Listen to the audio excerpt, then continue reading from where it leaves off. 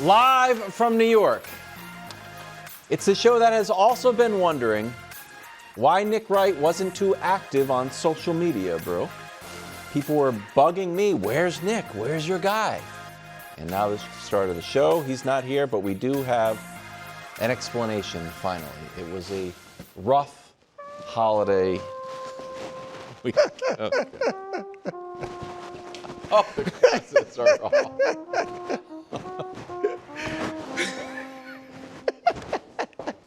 It's not funny, Brou. It's not, you're also. Your team's 6-6 and got whooped too. In some crummy division, you get a pass. Can't even get up here. Don't hurt yourself any more than you already are.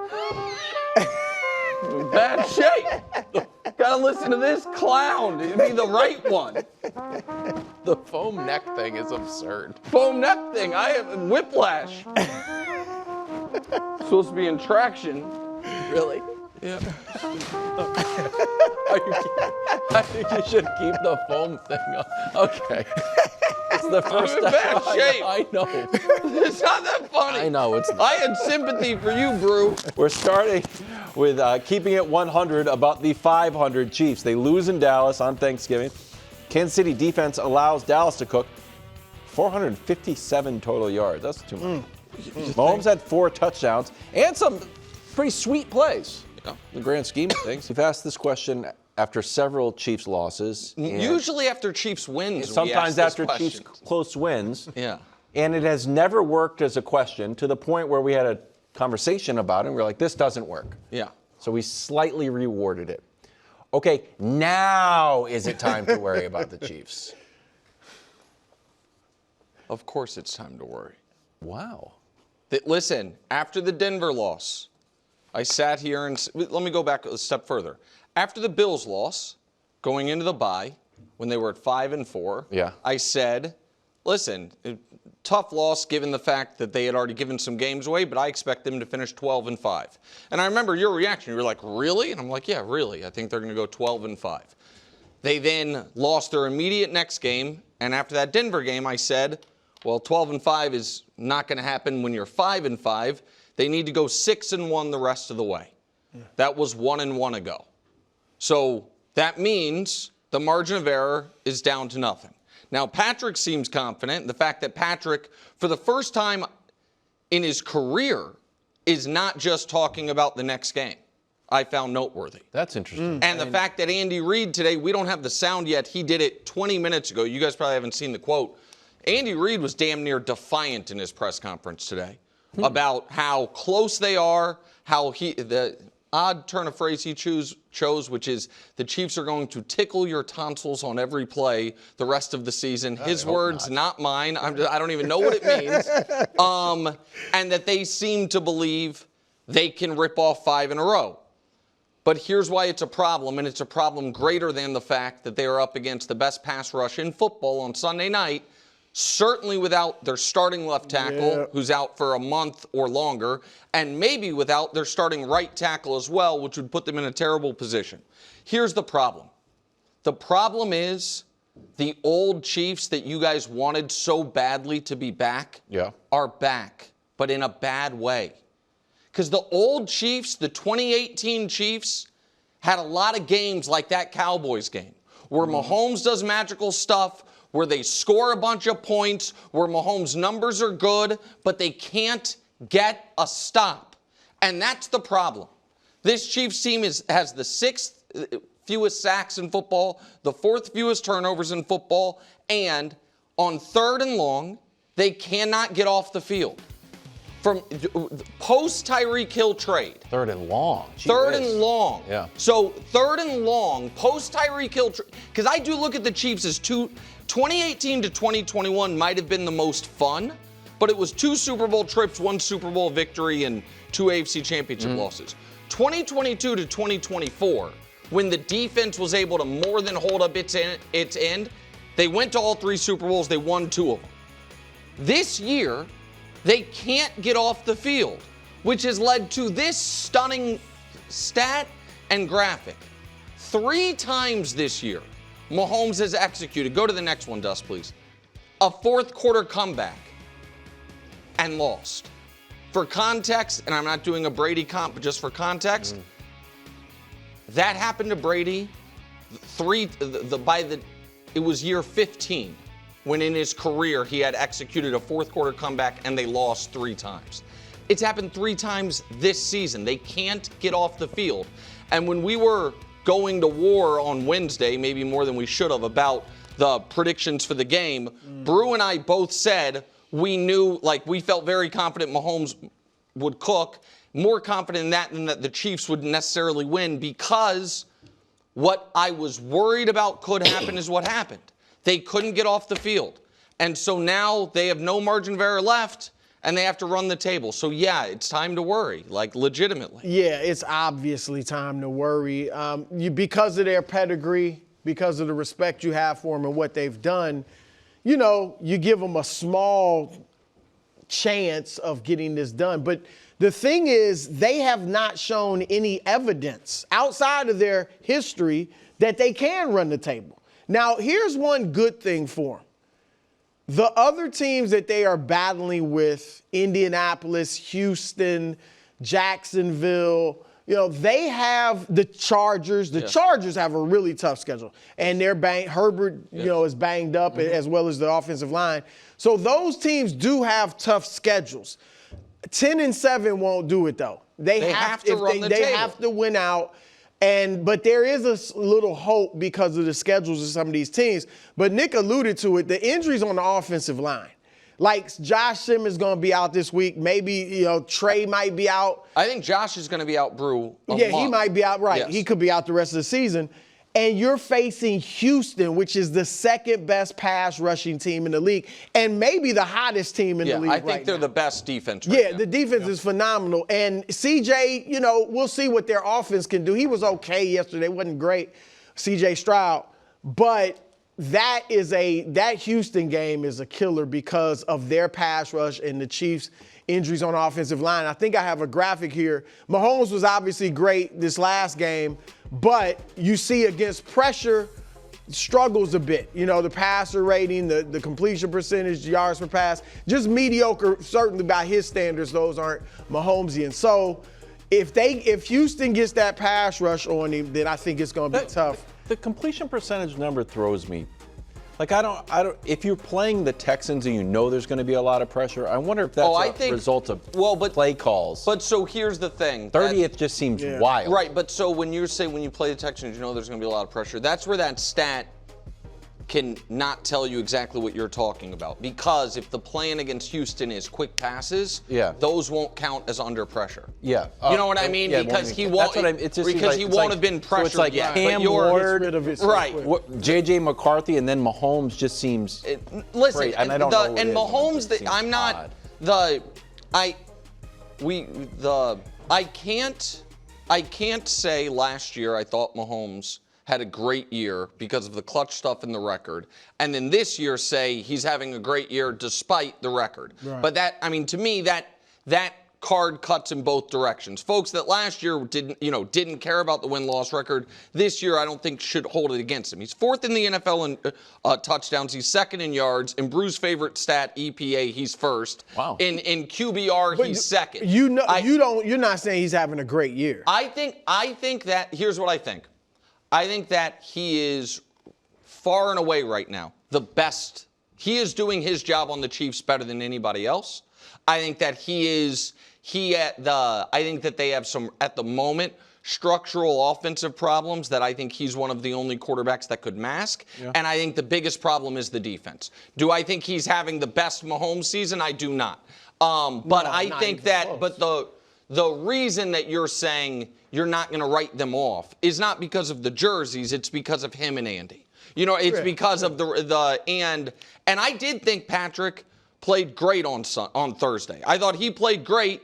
They couldn't get off the field. And it was 3rd and long again and again and again. And I'm not going to complain about the calls. The calls are the calls. It is what it is. 5 first downs on penalties in the second half. Well, that's, part of it is like stop grabbing the guys, but then it almost felt like there was a little penalty momentum. Can I be the guy that believes in the Chiefs? since I am beloved in Kansas City. But you don't, though. I believe in.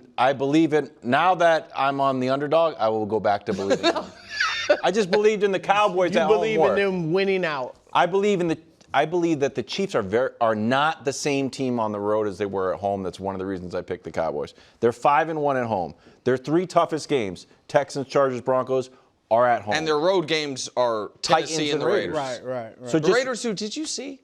What? They were eliminated from playoff contention last night. I didn't see that one coming. I gotta tell you, officially they have a little strong. E next to their name on the standings. I did not see that one So coming. win your home games. No. The away games are super easy and cut down 119 in penalties is the second most since Here's the Super Bowl. reality of it, Brew. Stop doing and that. tell me if I think you might agree with me.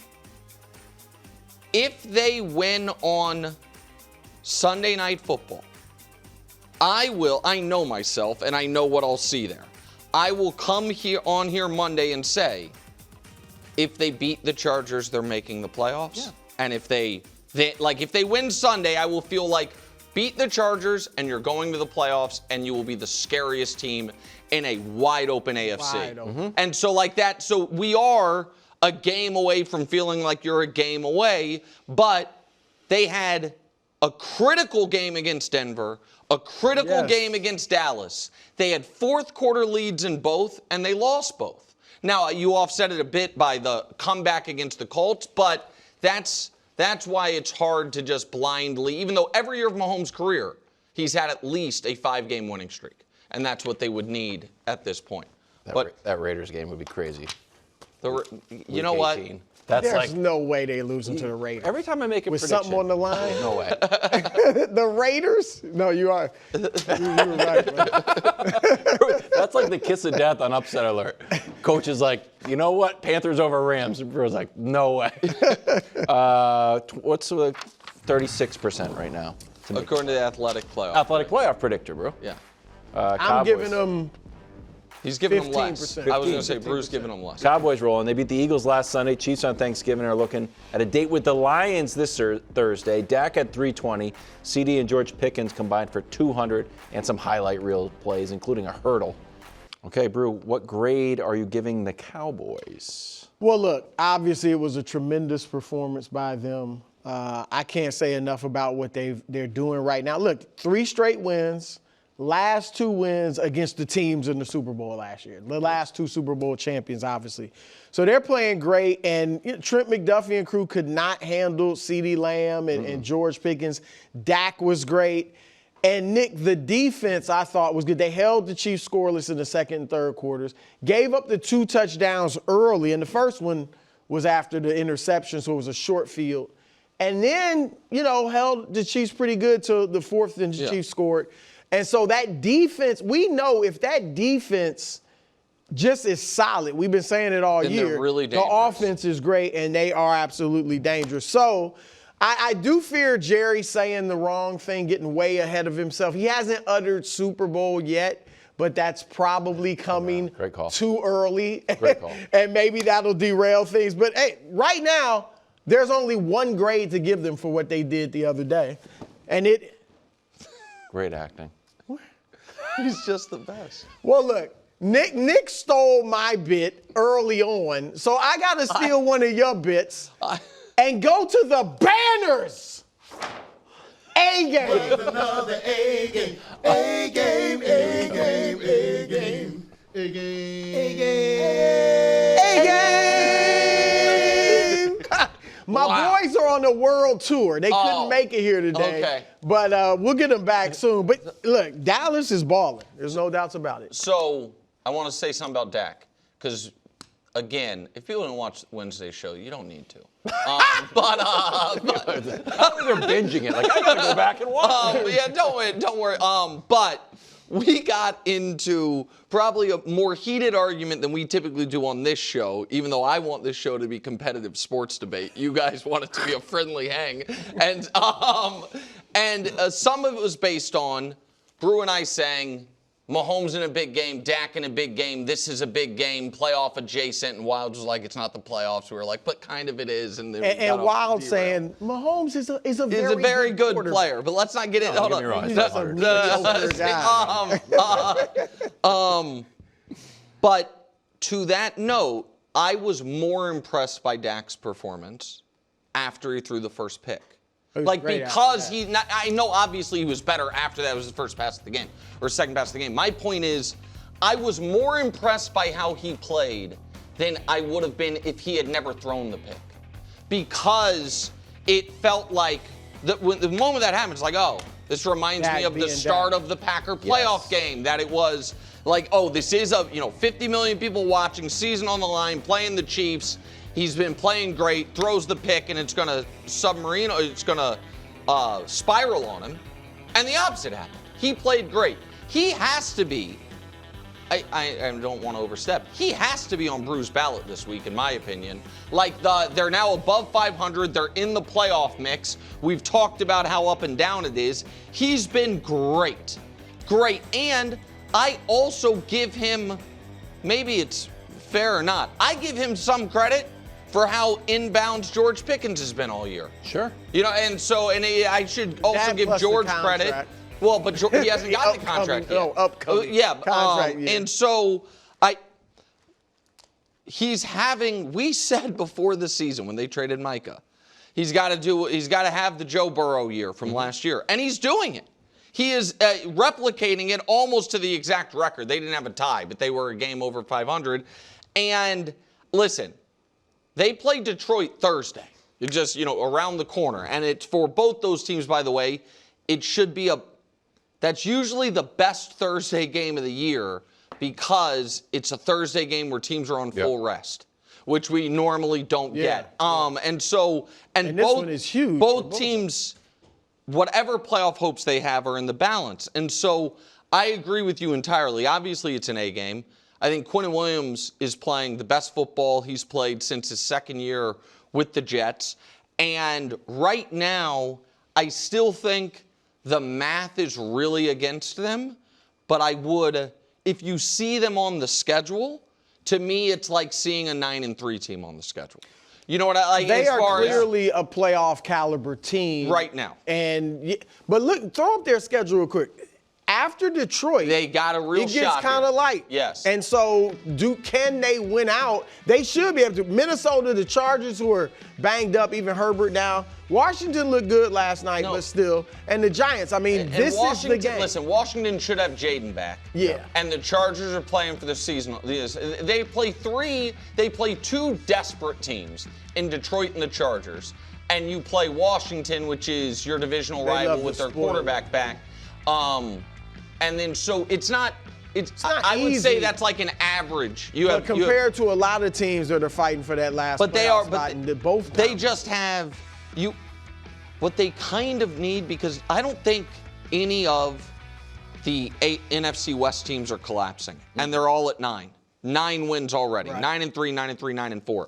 What they really need is the team we're about to talk about to full-on collapse. Like, their best path, Brou, might be same as your Ravens. Like, where it's just winning the division rather than chasing down Seattle, which I don't think is realistic. Which is on the board. Let's head to Philadelphia, where the Eagles lost the #1 spot after losing their second straight game.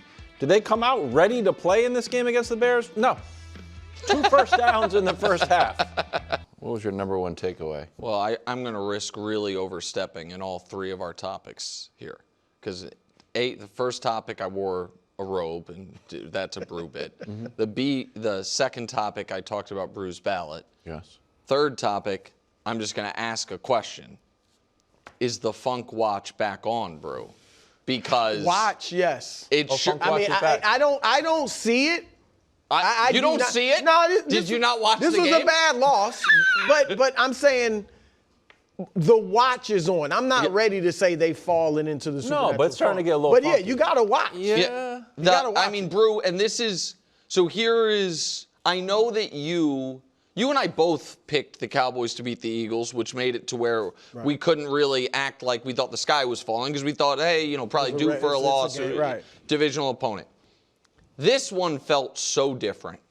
And the Eagles' offensive stats are finally catching up to how the offense has looked all year. And if we show them to you, it to me just looks like a broken offense.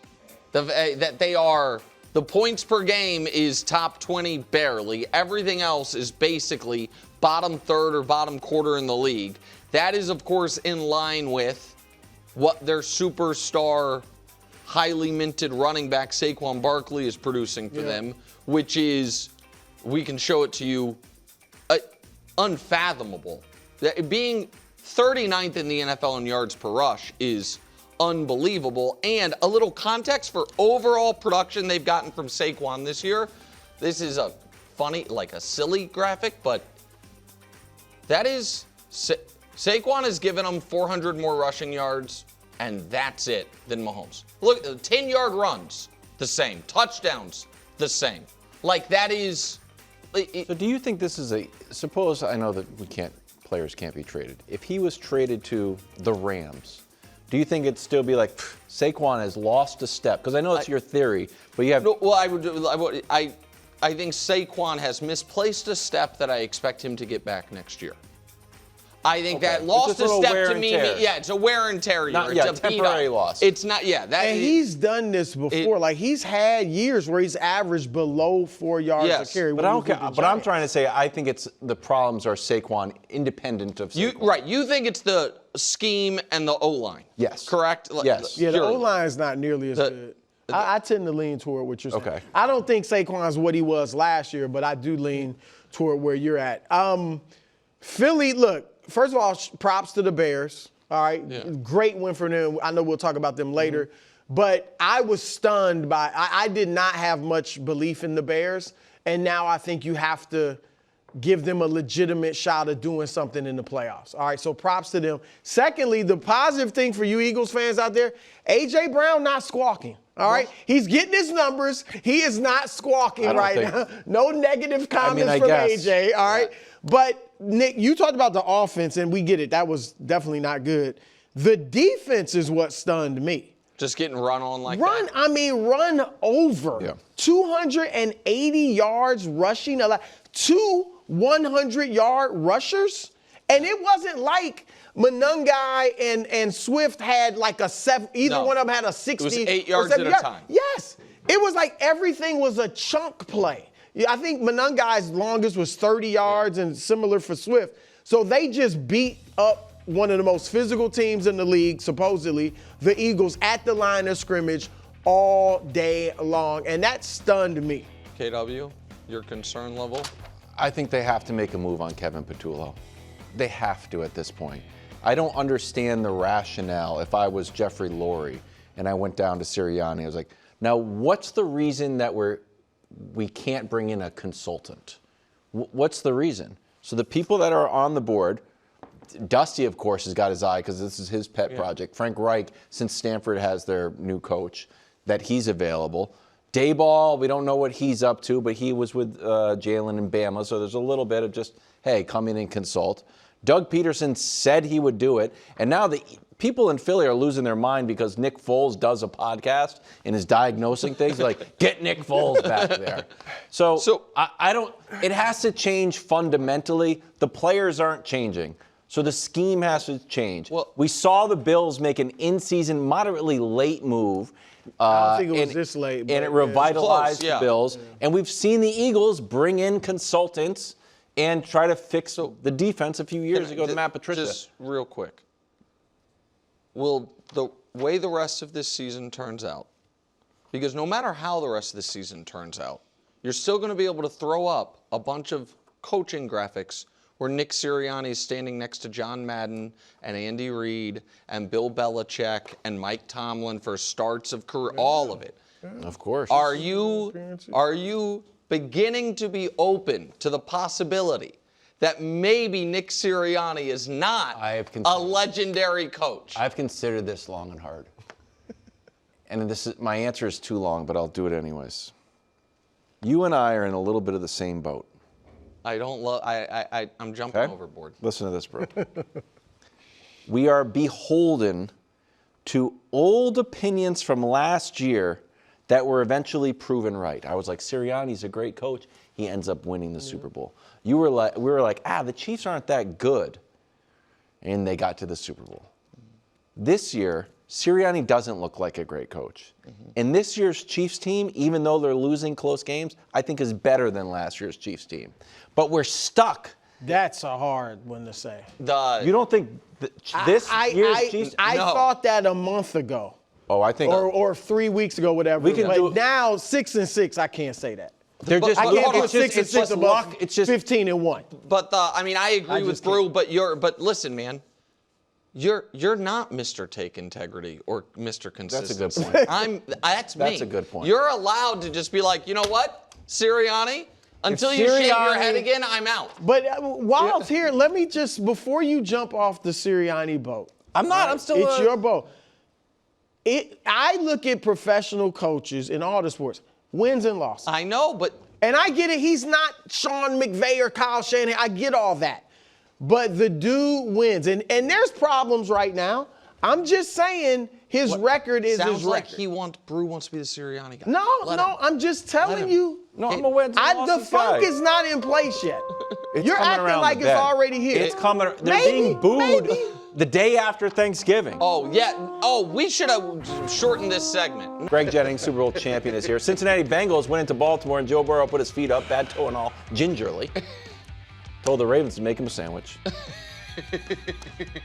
The I told you so resurgent Bengals defense. Really? Yeah, really. He's wild is on one today. That one I was out on a limb. All on my own. People were throwing rocks at me. That had nothing right there to do with I mean, the I defense. swear. How about that right there? Holds the Ravens to 14 points. 5 takeaways. Here is Lamar's stat line, Brou. Tell me what you like here. Yeah. The total yards. Yeah, I'll take good. that. Yeah. That's it. The question, we didn't spend a lot of time on it. What happened? Well, Wilds, that's the $1 million question. The box. Oh, no. Oh, no. Box. The box has been. Gentlemen, I have to keep it real. The Ravens are going backwards. You think? And as the physical embodiment, the human barometer, if you will, of their temperament, I must go backwards too. So the Jordans, which have been on my feet and on the table the past few weeks, they got to go in the box. In the box. Who knows when the next time I'll break these things out, because it is not looking good in Baltimore. And while you alluded to it, sent a 3-win team went into your house, kicked their feet up, told you to throw on WKRP in Cincinnati, put on the Ohio players on the stereo, and make them a sandwich, a chili dog, actually. That's what they did. And the Ravens did it. And let me say this. I had no problem with the defense. The defense held, I get it, they scored 32 points. They held Cincinnati, a good offense with Joe Burrow, they 4 times in the red zone in the first half held them to field goals. Like, the defense was doing its job. And because it was getting no help from the offense, they eventually just gave up the ghost. I mean, that's not, you don't want that, but you can only hold a good offense down so much if you are getting no support from your offense. You were requesting that. You said you were okay with that. Yeah, I was. Past tense. I don't know what's going. This is the worst stretch in Lamar Jackson's career, and we know his rookie year. He came into the league and wasn't a great passer and all that. Yeah, I mean, in his last 4 games, he's got 1 touchdown and 5 turnovers, 3 interceptions, 2 picks. The natural thing to think is there's some type of injury, his legs, he can't do what he's normally done. But he doesn't look, he's not playing with the same confidence, with the same swagger. But right now, I say Lamar and the coaching right now are the problem. And here's Lamar in that obviously he's not playing well at all. He's playing bad. The coaching, Derrick Henry against a team with a bad rush defense, runs for 30-yard touchdown one of the first series of the game. And then he gets 2 touches, 2 carries the rest of the first half All right, so I just think he had 10 carries, 60 yards. That's 6 yards a pop. They have, you guys know I've talked about this, when they've been clicking, they haven't seemed to get a great handle on when to use Lamar, when to use Henry, and it's just really biting them right now. But it's not looking good. Look, thank God for the AFC North, because they got a shot to win the division. But in a wide open AFC, even if the Chiefs are out, a wide open AFC, they don't look capable of doing any damage at all in the play. Now, I think Lamar can turn it around, but right now they are looking terrible. Well, it's all about Lamar Jackson.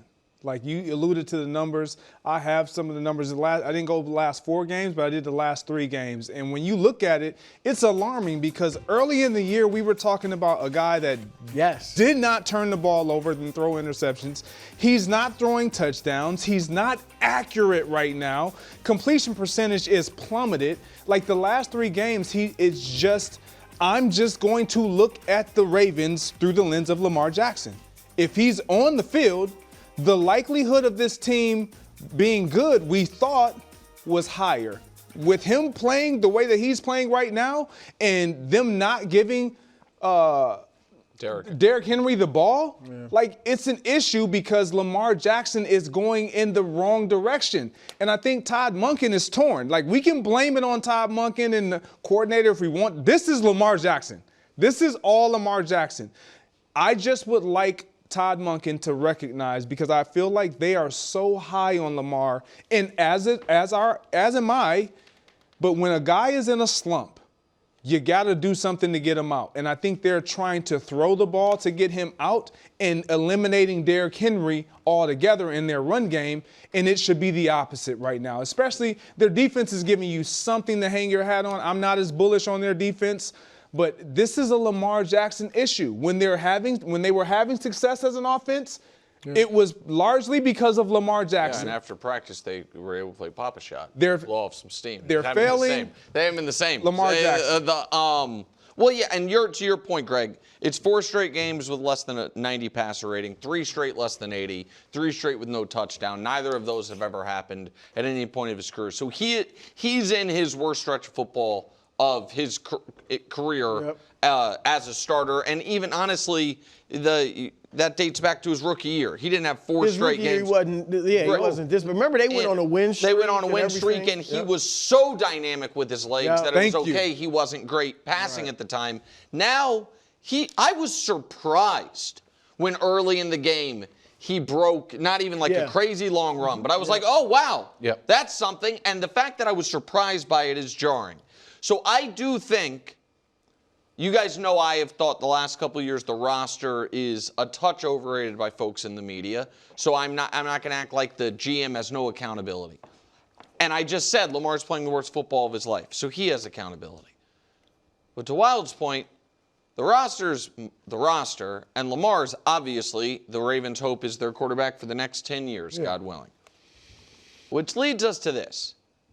John Harbaugh should be coaching for his job the rest of the year. I agree. Wow. I actually felt that way for this whole season. And to where, like, obviously, if they miss the playoffs, I think that, and you can say, well, do I feel the same way about Andy because they miss the playoffs? The answer is no, because there's such a different track record, and it's not. No, I'm trying to. They're both 6-6. Both have Hall of Fame quarterbacks in their prime, but one team it has felt like constantly underachieved, right? And that. But even if, to your point, Brou, they make the playoffs, but by default, and then get clocked. Right. And if they look like this in the playoffs and they lose, in the wild card round to Buffalo or whomever they would play in the 4-5 matchup, I just don't know how Baltimore can run it back again. I agree. Like, Lamar was hurt a couple years, fine, that's why. But then you were the 1 seed, you lose the AFC title game. Last year, you can't get past Buffalo. If this year you miss the playoffs, you're losing round 1, just go backwards 3 consecutive years, you have to make a significant change. He's just hurt, though. I don't mean to oversimplify it. He's hurt. Even if he's hurt, I agree with Nick, because we're forgetting this because right now the offensive struggles are so front and center. It's always something. They started 1-5. If the offense is great, which it was early on, it was the defense. If the offense and defense are great, they're missing kicks or they're getting a lot of penalties. Like, they have found a way constantly over the last few years to beat themselves in one way or the other. He and that goes back to shouldn't coach. be playing this poorly, even at less than 100%. No, your superstars have to be just that. They have to be a difference maker. And we can compare it to Kansas City. As much as we've seen Kansas City struggle, Patrick Mahomes has not been the reason why. You can point to Patrick Mahomes. That's the reason why they've been that bad. No. But when you look at the Ravens right now, obviously the defense in the front half of the season, right now, when we watch them play, Lamar is a part of the problem, and that can't be the case. So if he's hurt, you just want him to play better. Yeah, the answer's play better. I mean, I don't think he's a guy that it doesn't seem like there's some guys like, I'm hurt, but I'm still great. From the last 4 games, that hasn't been it. Right, but that's a problem. I mean, the thing is, this is one of the greatest players ever. It's a guy who a lot of people think should be the 2-time in a row defending league MVP. And his injuries he doesn't have a sprained throwing shoulder. I've been told, force-fed this narrative the last 18 months, that Lamar Jackson, the pure pocket passer, is as good as anybody in the league. Push off. I'm glad you're saying this, because as a receiver, if a receiver has a lower extremity injury, but he's still out there playing and he's dropping balls, are we blaming the injury to be the reason why they're dropping? No, it's like nothing's wrong with your hands. Right. At least catch the ball. That's what I'm saying with Lamar Jackson. If he's hurt, I get that, but can he not throw? Him being hurt would explain not running. It would. The rest of it, and it might explain a drop in efficiency. Correct. But not from 40 touchdowns, 4 turnovers, the highest passer rating in the history of football, to what has been a month now. Right. More of bad turnovers football. this month than all last season. All right, they've got the Steelers next, who just gave up 250 yards on the ground to the Bills. So get the robe in the box. Let's go. Out. Wow. Put it in the basement right now. Wow. I hope to bring it back out at some point, but right now in the basement. we don't actually have a basement. Where does it? Thanks for watching. Subscribe here to get more from the show and to check out clips from other shows on FS1.